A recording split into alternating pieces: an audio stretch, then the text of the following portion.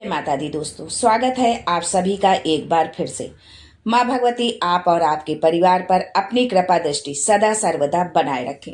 दोस्तों, यदि आप अपने जीवन में सुख समृद्धि चाहते हैं, धन वैभव चाहते हैं, जीवन के हर क्षेत्र में सफलता पाना चाहते हैं, व्यापार में तरक्की चाहते हैं, नौकरी में प्रमोशन चाहते हैं, अपने बच्चों का भविष्य उज्जवल बनाना चाहते हैं, अपने परिवार को सुख संपन्न के साथ में देखना चाहते हैं, तो आप बिल्कुल सही चैनल पर आए हैं। यदि आप पहली बार हमारे इस चैनल पर आए हैं तो चैनल को सब्सक्राइब करके बेल आइकन जरूर दबाइएगा। दोस्तों, यदि आपको वीडियो पसंद आता है और आप माता रानी के भक्त हैं तो कमेंट बॉक्स में जय माता दी जरूर लिखें। माता रानी आपकी संपूर्ण मनोकामनाओं को पूरी करे। दोस्तों, नवरात्र के दौरान माता दुर्गा के 9 स्वरूपों की पूजा की जाती है। शक्ति स्वरूपा देवी दुर्गा को प्रसन्न करने के लिए साल में 4 बार नवरात्रि पड़ती है, जिनमें एक बार शारदीय और एक बार चैत्र नवरात्रि। इसके अलावा 2 बार गुप्त नवरात्र के दौरान भक्त माता की आराधना करते हैं।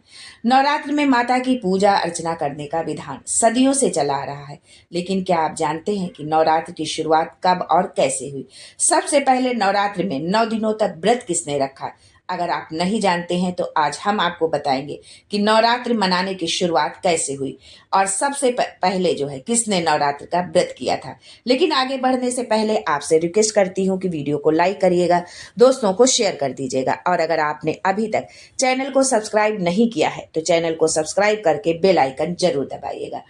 दोस्तों, माँ दुर्गा स्वयं शक्ति स्वरूपा है और नवरात्र में सभी भक्त आध्यात्मिक शक्ति सुख समृद्धि की कामना करने के लिए इनकी उपासना करते हैं और व्रत रखते हैं। जिस राजा के द्वारा नवरात्र की शुरुआत हुई थी, उन्होंने भी देवी दुर्गा से आध्यात्मिक बल और विजय की कामना की थी।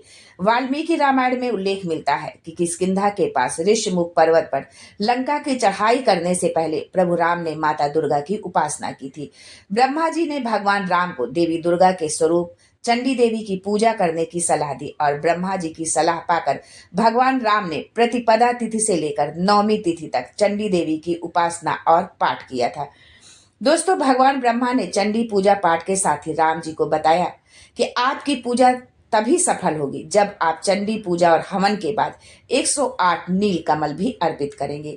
ये नील कमल दुर्लभ माने जाते हैं। राम जी ने अपनी सेना की मदद से ये 108 नील कमल ढूंढ लिए, लेकिन जब रावण को ये पता चला कि राम चंडी देवी की पूजा कर रहे हैं और नील कमल ढूंढ रहे हैं, तो उसने अपनी मायावी शक्ति से एक नील कमल गायब कर दिया। चंडी पूजा के अंत में जब भगवान राम ने वे नील कमल चढ़ाए तो उनमें एक कमल कम निकला। ये देखकर वो चिंतित हुए और अंत में उन्होंने कमल की जगह अपनी आंख माता चंडी पर अर्पित करने का फैसला लिया। अपनी आंख अर्पित करने के लिए जैसे ही उन्होंने तीर उठाया, तभी माता चंडी प्रकट हुई और माता चंडी उनकी भक्ति से प्रसन्न हुई और उन्हें विजय का आशीर्वाद दिया। दोस्तों, प्रतिपदा से लेकर नवमी तक माता चंडी को प्रसन्न करने के लिए प्रभु श्री राम ने अन्न जल कुछ भी ग्रहण नहीं किया। 9 दिनों तक माता दुर्गा के स्वरूप चंडी देवी की उपासना करने के बाद भगवान राम को रावण पर विजय प्राप्त हुई थी। तभी से नवरात्रि मनाने और 9 दिनों तक व्रत रखने की शुरुआत हुई। ऐसे में भगवान राम ही नवरात्रि के 9 दिनों तक व्रत रखने वाले पहले राजा और पहले मनुष्य थे। दोस्तों, चैत्र नवरात्रि की शुरुआत 30 मार्च से हो रही है। माता की कृपा प्राप्त करने के लिए भक्त व्रत रखते हैं, जो कि बेहद शुभ फलदायी माने जाते हैं। यदि आप नवरात्र में श्रद्धा पूर्वक माता की उपासना करते हैं तो जीवन की सभी परेशानियों से आपको छुटकारा मिलता है। नवरात्र के पहले दिन विधि विधान से कलश स्थापना जो है की जाती है, और आप जब ये कलश स्थापना करते हैं तो कलश में कुछ विशेष चीजें हैं जिनको आप जरूर डालें, तभी आपकी कलश स्थापना पूर्ण होती है। कलश स्थापना करते समय आप कलश में 2 लौंग का जोड़ा डालें, हल्दी की गांठ डालें, कमल गट्टा डालें, जो है उसमें पुष्प डालें, अक्षत डालें, और जो है कुछ मीठा बताशा या कुछ भी मीठा जो है उसमें कलश के अंदर आप डालें, और एक सिक्का उसमें जो है कलश के अंदर डालें, सुपारी डालें उसमें जो है, फिर कलश की आप स्थापना करें। यदि आप इस तरह से कलश की स्थापना करते हैं और जिस कामना के साथ, यदि आपकी कोई विशेष कामना है, माता रानी से प्रार्थना करते हैं कि आपकी वो कामना पूरी हो, आपकी वो इच्छा पूरी हो, तो माता रानी आपकी उस कामना को जरूर पूरा करती हैं।